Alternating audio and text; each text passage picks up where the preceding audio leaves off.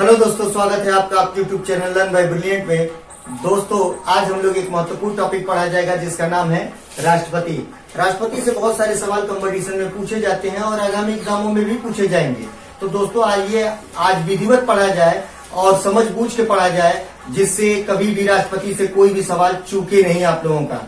ठीक है दोस्तों, तो चलिए शुरू करते हैं। सबसे पहले हम लोग राष्ट्रपति पढ़ने से पहले इसके बारे में जान लेते हैं कि क्या क्या चीजें अगर आपको पता होंगी तो आप लोग अच्छे से राष्ट्रपति कर सकते हैं। ठीक है, तो इसको जानिए। सबसे पहले इसमें क्या जानना होगा कि योग्यता है, यानी राष्ट्रपति कौन बन सकता है। ठीक है, उसके अलावा निर्वाचन, इसकी जो चुनावी प्रक्रिया होती है वो कैसे होती है, ये अगर जान लिए आप। फिर शपथ वगैरह कौन इसको दिलाता है, फिर उसको वेतन वगैरह कितना मिलता है, और कार्य एवं शक्तियां अगर इसकी जान गए आप लोग कि राष्ट्रपति का कार्य क्या होता है और उसके पास कौन कौन सी पावर दी जाती है, इसको भी आप लोग जान गए तो राष्ट्रपति कंप्लीट हो जाएगा। और लास्टली हम लोग पढ़ा जाएगा कि कार्यकाल या इसकी पदावधि। ठीक है दोस्तों, तो चलिए बारी बारी से शुरू करते हैं हम लोग कि योग्यता है कि कौन राष्ट्रपति बन सकता है। तो इतना जानिए दोस्तों कि इसकी 4 योग्यताएं महत्वपूर्ण होती हैं जो आप लोग हमेशा याद रखिएगा कि कौन राष्ट्रपति बन सकता है। तो याद रखेंगे कि पहला योग्यता उसकी होती है कि वह भारत का नागरिक हो।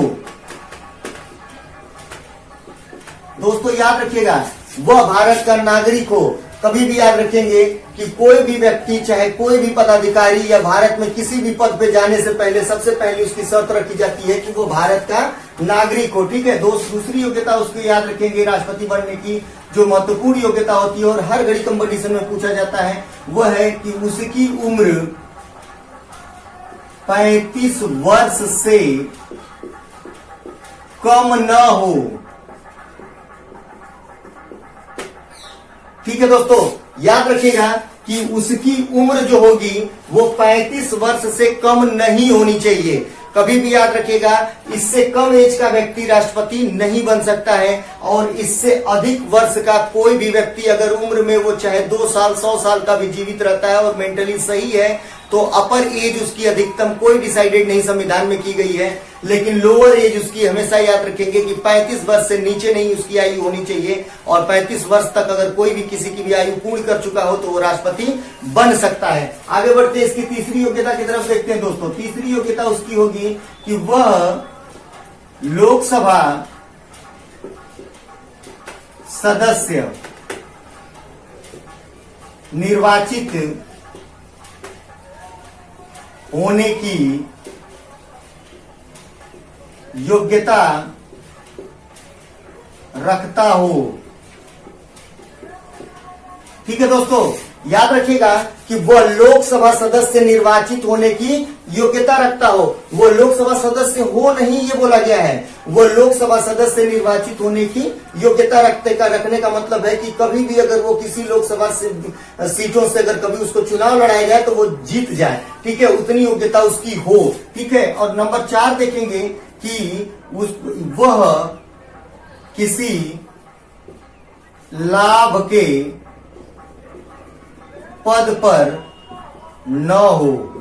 ठीक है दोस्तों, याद रखिएगा इसको कि वह किसी लाभ के पद पर न हो, यानी ऐसा कोई पद लाभ का पद माना जाता है जहां से कोई गवर्नमेंट की तरफ से आपको पैसा वगैरह या लाभ मिल रहा हो। ऐसा कोई पद नहीं होना चाहिए जिसके पद पर आप विद्यमान हो तो वो राष्ट्रपति नहीं बन सकते हैं। अगर ऐसा पद पर नहीं आसीन है तो आप भारत के राष्ट्रपति के पद पर बैठने के लिए योग्य माने जाएंगे। तो फिर से एक बार रिमाइंड करा देता हूं, याद दिला देता हूं, आप लोगों को समझा देता हूं दोस्तों कि पहली योग्यता उसकी होगी कि वह भारत का नागरिक हो। हमेशा याद रखेंगे, चाहे आप कभी भी गवर्नमेंट एम्प्लॉय बनने की कोशिश करते हैं या कभी भी कुछ भी करने के लिए जब अप्लाई करते हैं तो पहली ही शर्त रखी जाती है कि वो भारत का नागरिक हो। ठीक है, दूसरी है कि उसकी उम्र 35 वर्ष से कम न हो, यानी उसकी कम से कम उसकी उम्र जो होगी वो 35 वर्ष से कम नहीं होनी चाहिए। उसका तीसरी योग्यता याद रखेंगे, जो महत्वपूर्ण योग्यता है कि वह लोकसभा सदस्य निर्वाचित होने की योग्यता रखता हो, यानी कभी भी अगर उसको लोकसभा का चुनाव लड़ाया जा सके या लड़ सके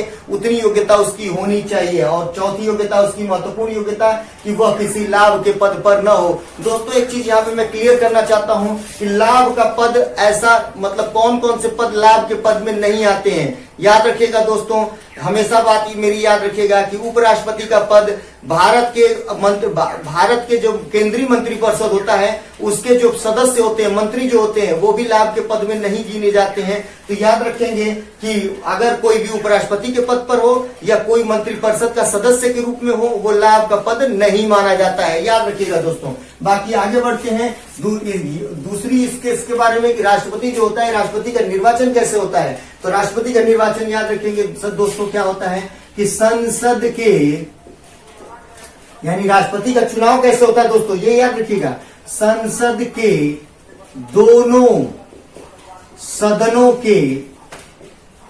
सदनों का मतलब दोस्तों याद रखिएगा, दोनों सदन का मतलब होता है, यहां पे याद रखेंगे, लोकसभा प्लस राज्यसभा, ठीक है। शॉर्टकट में लिख रहा हूं LS और RS, ठीक है, यानी लोकसभा और राज्यसभा, यानी दोनों सदनों के, ठीक है, दोनों सदनों के निर्वाचित सदस्यों एवं, ठीक है दोस्तों, राज्यों के विधानसभा के निर्वाचित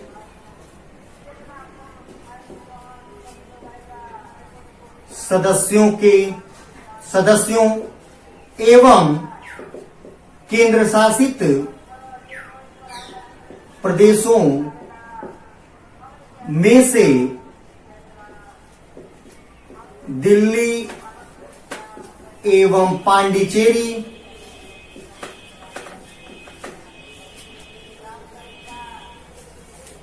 विधानसभा के निर्वाचित सदस्यों, ठीक है दोस्तों। और एक चीज यहीं पे और भी जोड़ दे रहा हूं, और जम्मू एंड कश्मीर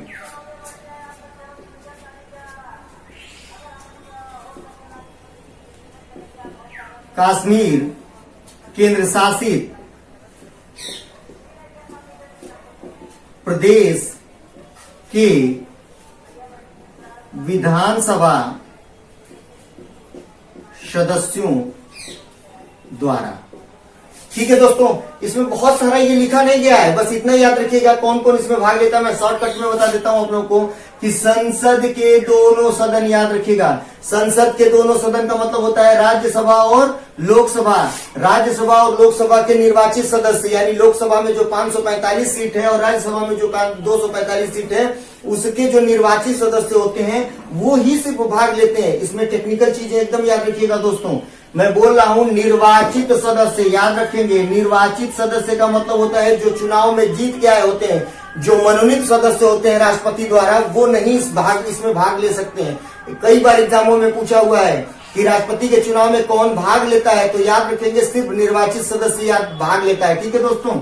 आगे बढ़ते हैं। इसके अलावा जो जानते हैं कि राज्यों की विधानसभा, राज्यों का विधानसभा का मतलब क्या हुआ। राज्य आज की डेट में कितने हैं भारत में?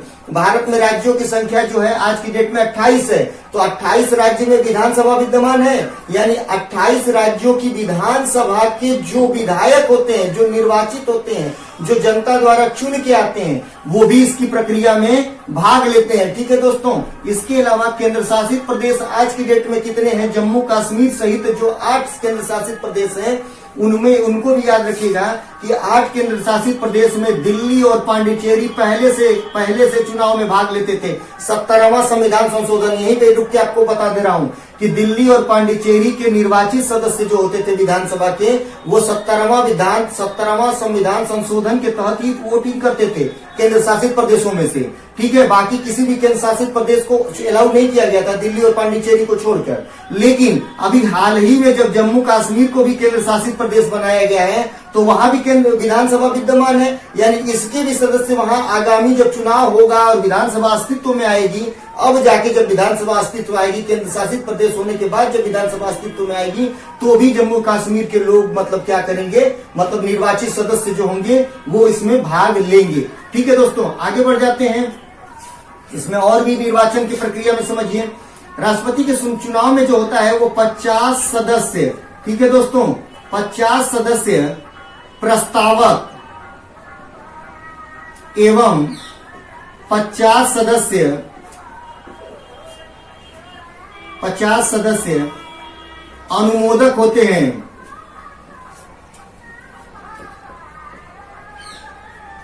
राष्ट्रपति के चुनाव में वही व्यक्ति भाग ले सकता है जिसको 50 सदस्यों द्वारा प्रस्तावक के रूप में होना चाहिए उसके साथ में, और जिसके साथ 50 सदस्य अनुमोदक होने चाहिए। प्रस्तावक क्या होता है कि वही लोकसभा और राज्यसभा में से क्या हो कि 50 सदस्य उसके प्रस्ताव रखे उसके नाम का कि ठीक है आप चुनाव लड़िए, हम आपके साथ हैं, वो प्रस्ताव रखेंगे और 50 लोग अलग से उस पर स्वीकृति प्रदान करेंगे, अनुमोदन देंगे। तो वही 50 सदस्य प्रस्तावक और 50 सदस्य अनुमोदक, याद रखिएगा, होने आवश्यक होते हैं। ठीक है, आगे बढ़ जाते हैं। इसमें मेन की निर्वाचन की विधि जो होती है, चुनाव की विधि होती है, जो हर घड़ी पूछता है कि राष्ट्रपति का चुनाव जो होता है वो अनुपातिक एकल संक्रमणीय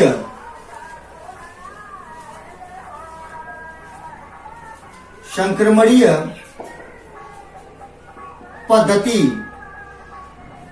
द्वारा अप्रत्यक्ष विधि से होता है। याद रखेंगे दोस्तों, राष्ट्रपति के चुनाव में जो विधि का प्रयोग किया जाता है उसको बोलते हैं अनुपातिक एकल संक्रमणीय विधि। ठीक है, पद्धति।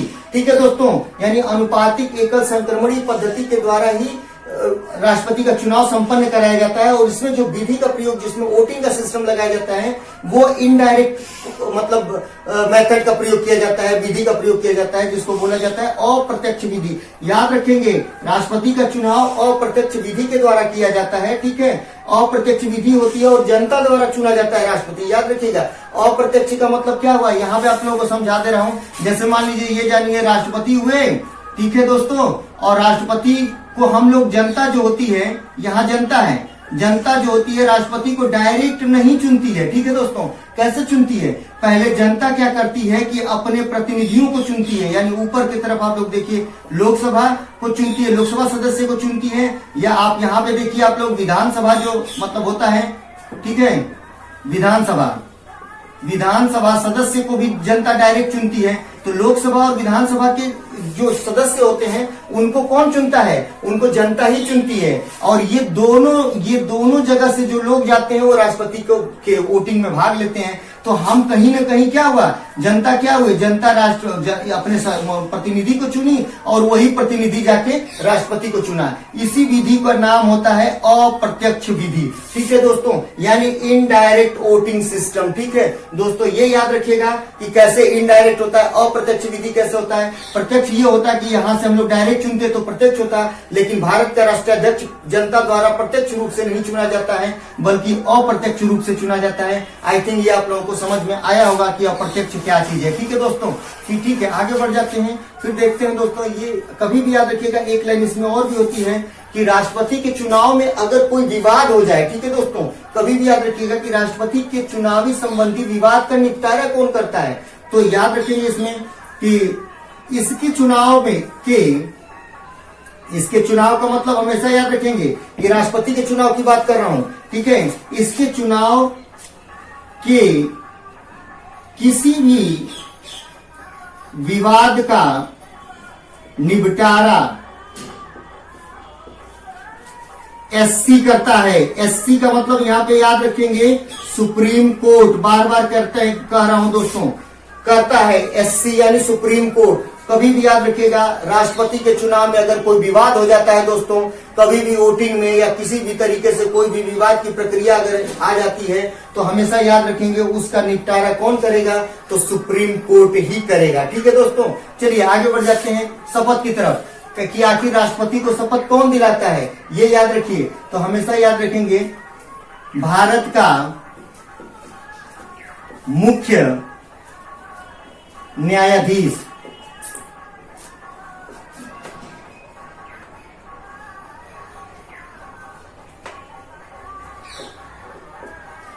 याद रखिए दोस्तों, राष्ट्रपति को शपथ कौन दिलाएगा, तो भारत का मुख्य न्यायाधीश। ठीक है दोस्तों, मुख्य न्यायाधीश का मतलब क्या हुआ? कुछ लोग अगर नए होंगे चैनल पर तो जान लीजिए, या कभी भी कंपटीशन की शुरुआत करने वाले हैं तो वो जान लेंगे कि भारत का मुख्य न्यायाधीश को ही बोला जाता है सुप्रीम कोर्ट का मुख्य न्यायाधीश। ठीक है दोस्तों, यानी CJI, chief justice of India, ये याद रखिएगा आप लोग। तो ये भारत का जो मुख्य न्यायाधीश होता है वो क्या करता है? राष्ट्रपति को शपथ दिलाता है। तो हमेशा याद रखेंगे कि राष्ट्रपति को शपथ कौन दिलाता है? तो मुख्य न्यायाधीश दिलाता है। इसके अलावा जानिएगा दोस्तों, अगर कभी भारत का मुख्य न्यायाधीश न हो, उसकी अनुपस्थिति में कौन शपथ दिलाता है? ये भी सवाल पूछता है। तो याद रखेंगे कि मुख्य न्यायाधीश की अनुपस्थिति में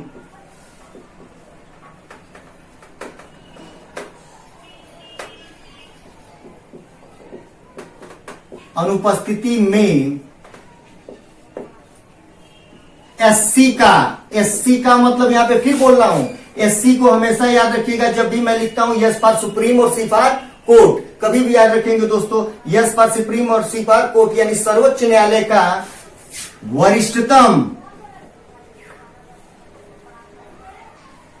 वरिष्ठतम न्यायाधीश।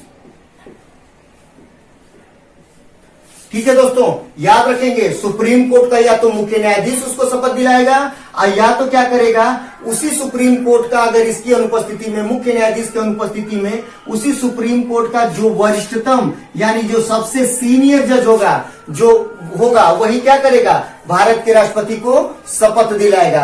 आज की डेट में यहाँ पे थोड़ा सा और क्लियर कर देता हूं, SC में यानी सुप्रीम कोर्ट में कुल जजों की संख्या जो है, आप लोग यहाँ पे एक्स्ट्रा नॉलेज आप लोगों को दे देता हूं थोड़ा सा। ठीक है, कुल जज जो है दोस्तों, याद रखिएगा, कुल जज जो है वो आज की डेट में जो है 34 है। 34 कुल जजों की संख्या कितनी है?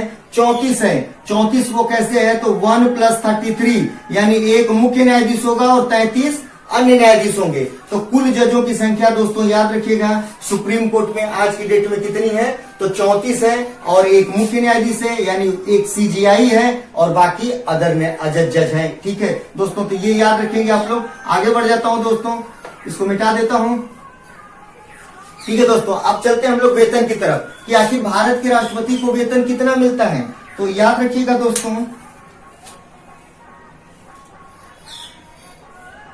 5 लाख रुपए, 5 लाख रुपए प्रति माह। याद रखेंगे दोस्तों, भारत के जो राष्ट्रपति को वेतन आज की डेट में वर्तमान में दिया जाता है वो 5 लाख रुपए प्रति माह वेतन दिया जाता है। ठीक है दोस्तों, एक चीज और इसमें भी जानिएगा वेतन के क्रम में, इसका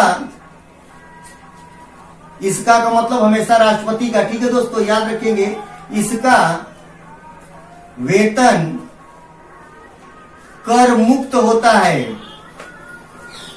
ठीक है दोस्तों, याद रखिएगा राष्ट्रपति का जो वेतन होता है वो टैक्स फ्री होता है। भारत का एकमात्र पदाधिकारी जिसका कर टैक्स मतलब जिसको कर मुक्त किया गया है यानी टैक्स फ्री किया गया है। तो याद रखेंगे इसके वेतन पे यानी इसकी सैलरी पे कोई भी टैक्स नहीं लगता है, ये याद रखिएगा। यानी राष्ट्रपति के वेतन को टैक्स फ्री किया गया है। बाकी आगे देखते हैं दोस्तों,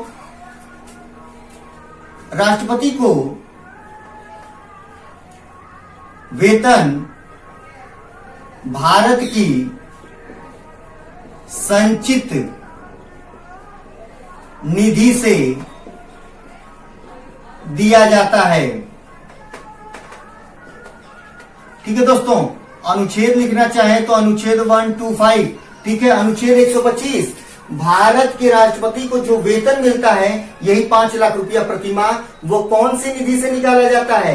तो याद रखेंगे भारत की संचित निधि होती है। ठीक है, भारत की संचित निधि से ही उसको वेतन दिया जाता है, याद रखेंगे। और उस विधिया मतलब वो संचित निधि से जो निकालने के लिए जिस अनुच्छेद का प्रयोग किया जाता है वो अनुच्छेद का नाम है 125। ठीक है, यहां रुक के बता दे रहा हूं आप लोग को दोस्तों, भारत की संचित निधि से अगर पैसा निकालना है, जिस अनुच्छेदवा का प्रयोग करके निकाला जाता है उसी अनुच्छेद का नाम है अनुच्छेद 125। इसी अनुच्छेद के तहत आप कभी भी क्या करेंगे, भारत की संचित निधि से पैसा निकालेंगे और किसको दे देंगे, भारत के संवैधानिक पदों पर बैठे हुए पदाधिकारियों को दे देंगे, जिनमें से एक राष्ट्रपति भी होता है। भारत की संचित निधि से, यहाँ पे एक्स्ट्रा नॉलेज आप लोगों को दे देता हूं, भारत की संचित निधि से बहुत सारे लोगों को वेतन दिया जाता है। जैसे आपका राष्ट्रपति हुआ, उपराष्ट्रपति हुआ, सुप्रीम कोर्ट के जज हुए, जितने भी जज होते हैं सबको, ठीक है, इनको वेतन भी कहां से दिया जाता है, भारत की संचित निधि से ही दिया जाता है। ठीक है दोस्तों, आगे देखते हैं इसके बारे में और भी। राष्ट्रपति को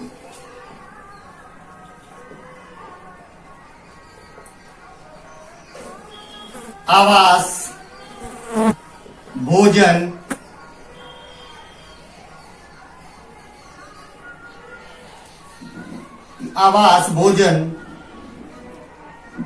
अन्य सुविधाएं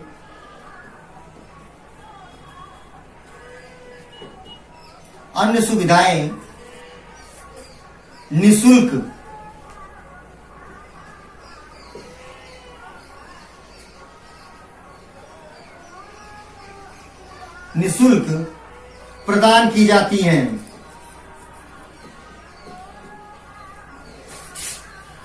राष्ट्रपति को बहुत सारी चीजें फ्री में मिलती हैं, जैसे आपका हुआ आवास हुआ, ठीक है, भोजन हुआ, या उसकी यात्रा भत्ता हुई, कहीं भी जाना आना हुआ, कुछ भी राष्ट्रपति पे जितने भी खर्च आते हैं उसका कोई पैसा नहीं लगता है, निःशुल्क दिया जाता है। ठीक है दोस्तों, तो ये याद रखिएगा, यानी फ्री दिया जाता है, ये याद रखेंगे। आगे बढ़ जाते हैं दोस्तों कार्य एवं शक्तियां की तरफ। ठीक है, राष्ट्रपति का कार्य क्या होता है, तो हमेशा याद रखेंगे नियुक्ति संबंधी, इसका जो एक मेन कार्य होता है, या कह लीजिए कि नियुक्ति संबंधी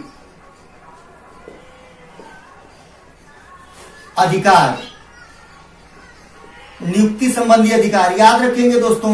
जो राष्ट्रपति का कार्य होता है वो कई लोगों को नियुक्ति करने का भी अधिकार होता है। कौन कौन से लोग उसमें होते हैं, तो देख लीजिए आप लोग। नियुक्ति संबंधी जो अधिकार या शक्ति दिया गया है उसमें होता है प्रधानमंत्री। भारत के प्रधानमंत्री की भी नियुक्ति कौन करता है, भारत का राष्ट्रपति करता है। प्रधानमंत्री प्रधानमंत्री की सलाह पर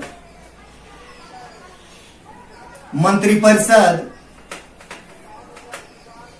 ठीक है, प्रधानमंत्री की सलाह पर मंत्रिपरिषद यानी जो कैबिनेट बनती है वो भी क्या होता है, मंत्रियों की जो परिषद बनती है वो क्या होता है, वो कुल उनमें जितने भी मंत्री विद्यमान होते हैं या होते हैं उन सबकी नियुक्ति क्या करेगा, राष्ट्रपति करेगा।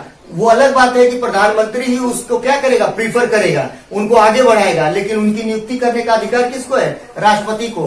तो प्रधानमंत्री हुआ एक, और उसके बाद प्रधानमंत्री की सलाह पर मंत्रिपरिषद, उसके बाद राज्यपाल की भी नियुक्ति यही करता है। ठीक है, आगे बढ़ते इसी क्रम में महान्यायवादी, जिसको अंग्रेजी में बोलते हैं अटॉर्नी जनरल, ठीक है, महान्यायवादी, जिसको भारत का विधिक सलाहकार भी बोलते हैं। ठीक है, ये याद रखिएगा। उसके अलावा आप लोग देखिएगा सीएजी, ठीक है, सीएजी यानी कैग, जिसको बोला जाता है सीएजी कंट्रोलर एंड अडॉर्नी जनरल। ठीक है, आप याद रखेंगे सीएजी को हिंदी में बोला जाता है नियंत्रक एवं महालेखा परीक्षक। ठीक है, नियंत्रक एवं महालेखा परीक्षक की भी नियुक्ति कौन करता है, राष्ट्रपति करता है। आगे बढ़ जाते हैं दोस्तों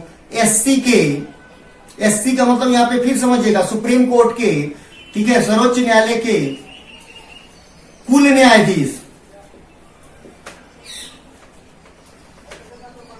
न्यायाधीशों की एवं लोक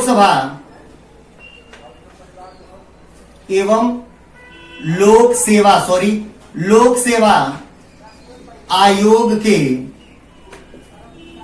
अध्यक्ष एवं सदस्यों की, ठीक है दोस्तों। इसके अलावा भी होगा आदि, इसके यहाँ पे आदि जोड़ दीजिएगा कि इसके इसी क्रम में और भी है, जैसे राष्ट्रीय पिछड़ा आयोग का अध्यक्ष हुआ, महिला आयोग की अध्यक्ष हुई, ठीक है, SC ST एससी अनुसूचित जाति अनुसूचित जनजाति आयोग के अध्यक्ष की, ये आईएम सदस्यों की, बहुत सारे अल्पसंख्यक आयोग के अध्यक्ष की, ये बहुत सारे लोगों की नियुक्ति कौन करता है? सबकी नियुक्ति राष्ट्रपति करता है। ठीक है दोस्तों, तो ये याद रखिएगा, ये नियुक्ति संबंधी अधिकार इसमें मेन याद रखेंगे। प्रधानमंत्री हुआ, मंत्रिपरिषद हुआ, राज्यपाल हुआ, महान्यायवादी हुआ, कैग हुआ, सुप्रीम कोर्ट के फुल जज हुए यानी 1+33। ठीक है, उसके अलावा लोक सेवा आयोग जो होता है यूपीएससी होता है, उसका चेयरपर्सन जो होता है यानी अध्यक्ष होता है, और सदस्य भी होते हैं, वो भी होता है। इसके अलावा पिछड़ा आयोग का अध्यक्ष हुआ, उसके सदस्य हुए, महिला आयोग का अध्यक्ष एवं उसके सदस्य हुए, आपका अनुसूचित जाति अनुसूचित जनजाति के आयोग के अध्यक्ष एवं सदस्यों की नियुक्ति भी क्या करता है, और अल्पसंख्यक आयोग के भी अध्यक्ष एवं सदस्यों की नियुक्ति कौन करता है? सबकी नियुक्ति राष्ट्रपति करता है। कुछ और भी इसकी महत्वपूर्ण शक्तियां देख लेते हैं दोस्तों, तो याद रखेंगे आपातकालीन शक्तियां, आपातकालीन शक्तियां, राष्ट्रपति को आपातकालीन जो शक्तियां दी गई हैं उसके बारे में थोड़ा सा देख लिया जाए। तो राष्ट्रपति को 3 ठो आपातकालीन शक्तियां दी गई हैं। ठीक है दोस्तों, अनुच्छेद 352, अनुच्छेद 352 याद रखिएगा इसको दोस्तों। उसके अलावा दूसरा होगा, मतलब इसके अलावा देखिएगा अनुच्छेद 356 और अनुच्छेद 360। ठीक है, यानी ये आपके 3 आपातकालीन शक्तियां राष्ट्रपति को दी गई हैं, जिसको आप लोग कहते हो कि आपातकालीन शक्तियां हैं, जिसमें से मेन आपातकाल जो होता है इमरजेंसी। दोस्तों हमेशा याद रखिएगा, इमरजेंसी अगर कभी भी पूछे कि आपातकाल का कौन सा अनुच्छेद होता है, तो अनुच्छेद 352 होता है, जिसको बोला जाता है बाह्य आक्रमण या सशस्त्र विद्रोह। अब इसके जगह पर या करके लिख सकते हैं आंतरिक विद्रोह। ठीक है दोस्तों, ये 3 कंडीशन में भारत में लगाए जाते हैं। इमरजेंसी जो होती है ये सिर्फ और सिर्फ याद रखेंगे इसी कंडीशन पे ही लगाया जा सकते हैं इमरजेंसी, जो जिसको बोला जाता है बाह्य आक्रमण। बाह्य आक्रमण का मतलब यहाँ पे याद रखिएगा, अनुच्छेद राष्ट्रपति अनुच्छेद 352 का प्रयोग कब करता है? जब कोई देश, बाहरी देश हमारे पर क्या हो, आक्रमण कर दे, जैसे 1962 में चाइना ने कर दिया था। ठीक है दोस्तों, तो ये याद रखेंगे कि 1962 में जो आपातकाल लगा था वो बाह्य आक्रमण के तहत ही लगा था, जिसका डेट था 26 अक्टूबर 1962। ठीक है, 26 अक्टूबर 1962, 20 अक्टूबर 1962 को चाइना ने हमारे पर अटैक किया था, और 26 अक्टूबर 1962 को भारत के राष्ट्रपति ने इमरजेंसी की घोषणा की थी। याद रखेंगे दोस्तों। उसके अलावा जब इसमें संविधान संशोधन हुआ तो इसको बदल दिया गया, या तो इसका नाम रख दिया गया सशस्त्र विद्रोह या आंतरिक विद्रोह। अब इस कंडीशन में भी रखा जाने लगा। ठीक है, तो लास्ट में हम लोग आप लोग जो अंतिम जो लगा था आपातकालीन इमरजेंसी लगी थी, वो आंतरिक विद्रोह के कारण लगी थी। डॉक्टर फखरुद्दीन अली अहमद ने इसका प्रयोग करते हुए इमरजेंसी, उस समय राष्ट्रपति थे, उस समय में इमरजेंसी लगाए थे। ठीक है, इंदिरा गांधी के समय की मैं बात कर रहा हूं। ठीक है दोस्तों, तो याद रखेंगे कि आंतरिक विद्रोह के कारण भी इमरजेंसी भारत में लग चुकी है। अनुच्छेद 356 के बारे में आप लोग देखिए, जब किसी राज्य का, इसकी कभी भी याद रखेंगे, जब किसी राज्य का संवैधानिक तंत्र विफल हो जाए, कंडीशन याद रखेंगे, जब किसी राज्य का, जब कोई भी राज्य का, भारत के जो 28 राज्य हैं जहां पे विधानसभा विद्यमान है, जहां का मुख्यमंत्री भी होता है, याद रखेंगे कि जब किसी राज्य का संवैधानिक तंत्र विफल हो जाए, यानी वहां की जो संवैधानिक दृष्टि से जो सरकार है वो क्या हो, अल्पमत में आ जाए और गिर जाए। ठीक है, यानी वहां पे सरकार गिर जाए, उसी को बोला जाता है संवैधानिक असफलता। ठीक है, संविधान द्वारा वो सरकार स्थापित होती है और वो असफल हो जाए, यानी कभी भी अल्पमत में आ जाए, तो उस कंडीशन में भी भारत का राष्ट्रपति क्या करता है, अनुच्छेद 356 का प्रयोग करते हुए राष्ट्रपति शासन की घोषणा करता है। हमेशा याद रखेंगे, राष्ट्रपति शासन जो होता है वो राज्यों में लगाया जाता है। ठीक है, तो ये एक चीज और भी जानिएगा, इसको अनुच्छेद 356 के तहत आप लोग जानते हैं। और ये लास्ट वाला जो उसका आपातकालीन शक्तियां हैं, जिसको अनुच्छेद 360 बोलते हैं, इसको बोला जाता है वित्तीय आपात। ठीक है, वित्तीय आपात, ये भारत में आज तक नहीं लगा है। ठीक है, भारत में आज तक कभी भी नहीं लगा है वित्तीय आपात। ठीक है, ये वाला याद रखेंगे। इमरजेंसी जो थी यानी आपातकाल जिसको बोलते हैं, अनुच्छेद 352 का प्रयोग भारत में 3 बार हो चुका है। राष्ट्रपति शासन का प्रयोग अनेक राज्यों में कई बार हो चुका है, लेकिन वित्तीय आपातकाल अनुच्छेद 360 का प्रयोग भारत में आज तक कभी नहीं हुआ है दोस्तों, ये याद रखिएगा। और इसका अगर कभी कब ये लगता है, ये याद रखेंगे, ये कब लगाता है राष्ट्रपति, तो याद रखेंगे कि जब भारत की आर्थिक साख डैमेज हो जाए। आर्थिक साख डैमेज होने का मतलब जब भारत जो है आर्थिक रूप से कहीं न कहीं डैमेज हो जाए, उसका जो मेन जो ऋण है वो कहीं न कहीं आर्थिक रूप से कमजोर हो जाए, उसी को वित्तीय आपात यानी आर्थिक संकट आ जाए। ऐसा समझ लीजिए कि भारत में जब आर्थिक संकट आ जाए, बीहड़ आर्थिक संकट आ जाए, बहुत बड़ा आर्थिक संकट आ जाए और राष्ट्रपति को भी लगे कि अब हम इससे उबर नहीं सकते हैं, सरकार को भी लगे कि अब उससे उबर नहीं सकते हैं, तो भारत में राष्ट्रपति अनुच्छेद 360 के तहत आपातकाल की यानी वित्तीय आपातकाल की घोषणा करता है। इसकी अधिकतम अवधि याद रखेंगे दोस्तों, इसकी अधिकतम अवधि 2 वर्ष से ज्यादा नहीं हो सकती है। ये कई बार पूछा है। अधिकतम अवधि जानिएगा दोस्तों, अधिकतम अवधि ये कई बार पूछा एग्जाम में, 2 वर्ष।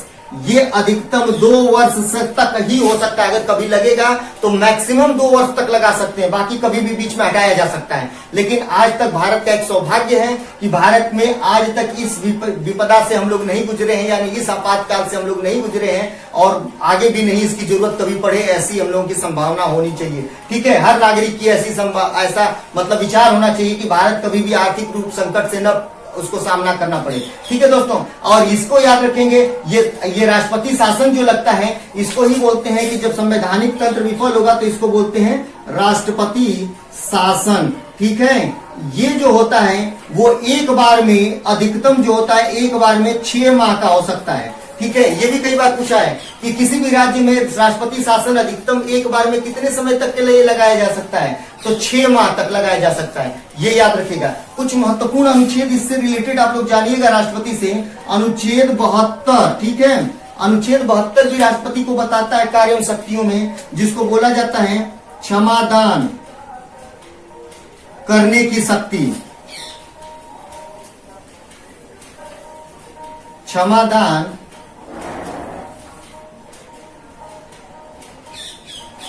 करने की शक्ति जो राष्ट्रपति को होता है। जब कोई, देखिए याद रखेंगे दोस्तों, ये राष्ट्रपति या मैं अनुच्छेद महत्वपूर्ण अनुच्छेद में अनुच्छेद 72 को बता चुका हूं, फिर भी आप लोगों को फिर बता दे रहा हूं, राष्ट्रपति से रिलेटेड है।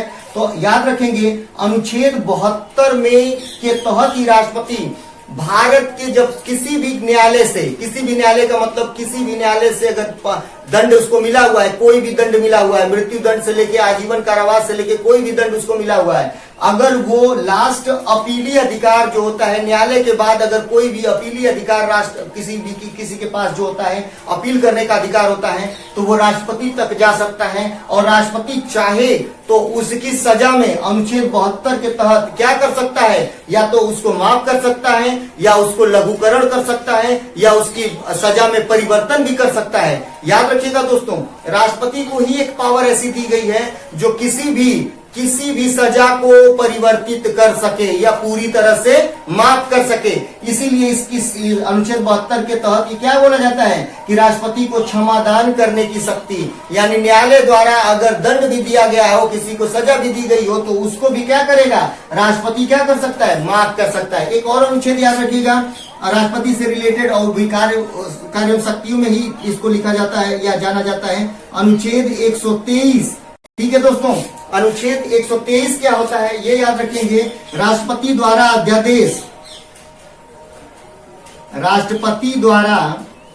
अध्यादेश जारी करने की शक्ति। ठीक है, अध्यादेश जारी करने की शक्ति। अब एक नया शब्द यहाँ पे दिख गया आप लोगों को दोस्तों, 1, 2, 3 यानी अनुच्छेद 123 के तहत याद रखेंगे राष्ट्रपति अध्यादेश जारी करता है। अध्यादेश क्या होता है दोस्तों, या कब जारी किया जाता है, इसके बारे में थोड़ा सा रुक के जान लिया जाए कि अध्यादेश जो होता है राष्ट्रपति अनुच्छेद 123 के तहत जारी करता है, लेकिन कंडीशन क्या होती है कि जब संसद का सत्र में न हो।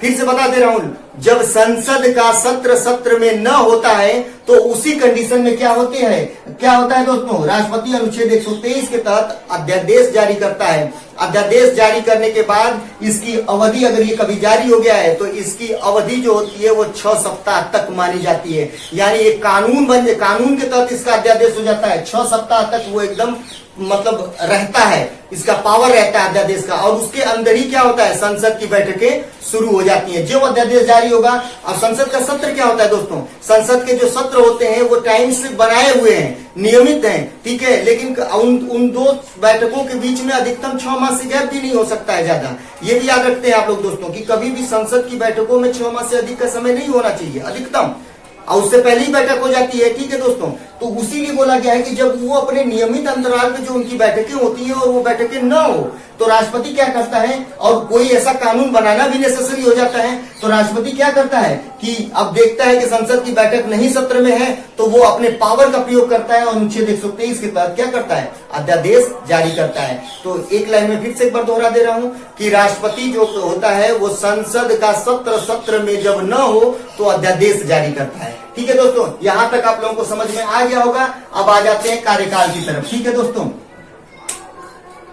राष्ट्रपति का सामान्यतः कार्यकाल क्या होता है, सामान्यतः 5 वर्ष, ठीक है दोस्तों। ये याद रखिएगा, राष्ट्रपति का कार्यकाल कितना होता है, 5 वर्ष का होता है। लेकिन 5 वर्ष से पहले ये चाहे तो अपने पद से पदत्याग स्वेच्छा से कर सकता है। अगर कभी पद से स्वेच्छा से पद त्याग करेगा तो उसके लिए भी लिख सकते हैं दोस्तों कि इसका जो होता है कि राष्ट्रपति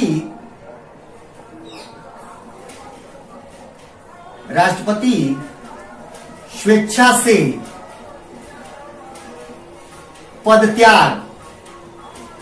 पदत्याग या इस्तीफा उपराष्ट्रपति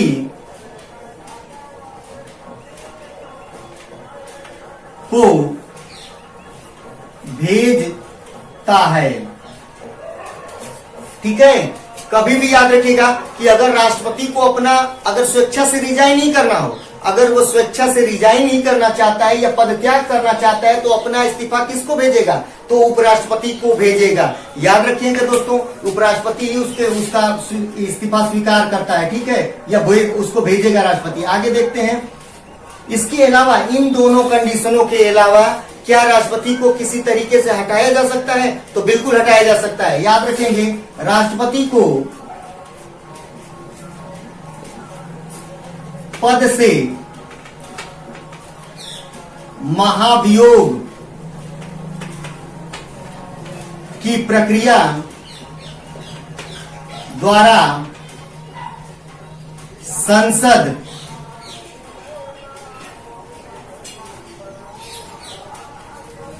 के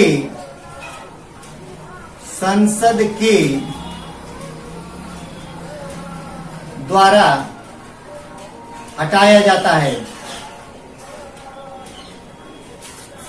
कभी भी याद रखिएगा दोस्तों, फिर से इस बार इसको रुको बता दे रहा हूं। देखिए, राष्ट्रपति को पद से किस तरह हटा सकते हैं, तो उस प्रक्रिया का नाम होता है, याद रखेंगे, महाभियोग की प्रक्रिया। महाभियोग याद रखेंगे, इसको महाभियोग की प्रक्रिया अनुच्छेद 61 के तहत चलाई जाती है।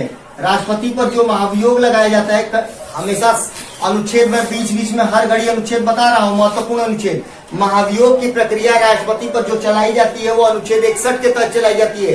अनुच्छेद 61 का प्रयोग करते हुए संसद में ही इसकी प्रक्रिया चलेगी। याद रखिएगा, इसको भी संसद में ही चलेगी। संसद के किसी भी सदन, रुक के बता दे रहा हूं, संसद के किसी भी सदन यानी लोकसभा या राज्यसभा में पहले प्रस्ताव पारित होगा कोई एक सदन में कि हम सर आपके खिलाफ महाभियोग की प्रक्रिया चलाना चाहते हैं, तो संसद के किसी भी सदन में पहले ये प्रक्रिया चल सकती है। लेकिन अगर किसी एक में पहले चलेगी तो उसके बाद वहां से प्रस्ताव पारित होगा, फिर दूसरे सदन में जाएगा, फिर वहां से जो प्रस्ताव पारित होगा, जब दोनों सदनों से जिस दिन भी प्रस्ताव पारित, अंतिम सदन से जब प्रस्ताव पारित हुआ तो उसी दिन से राष्ट्रपति का पद रिक्त माना जाएगा।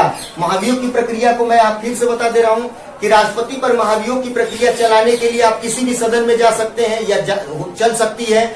चाहे लोकसभा हो चाहे राज्यसभा हो। लेकिन ये याद रखेंगे कि अगर एक सदन से प्रस्ताव पारित हुआ 2/3 बहुमत से, यानी बहुमत से, उसके बाद दूसरे सदन में जाएगा और उस सदन में भी क्या होगा, 2/3 बहुमत से प्रस्ताव पारित होगा। और जिस दिन भी दूसरे सदन में 2/3 बहुमत से प्रस्ताव पारित हुआ, उसी दिन से राष्ट्रपति का पद रिक्त माना जाएगा।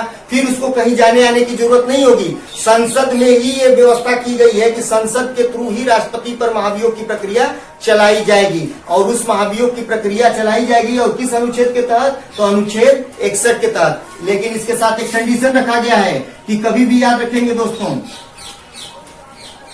राष्ट्रपति पर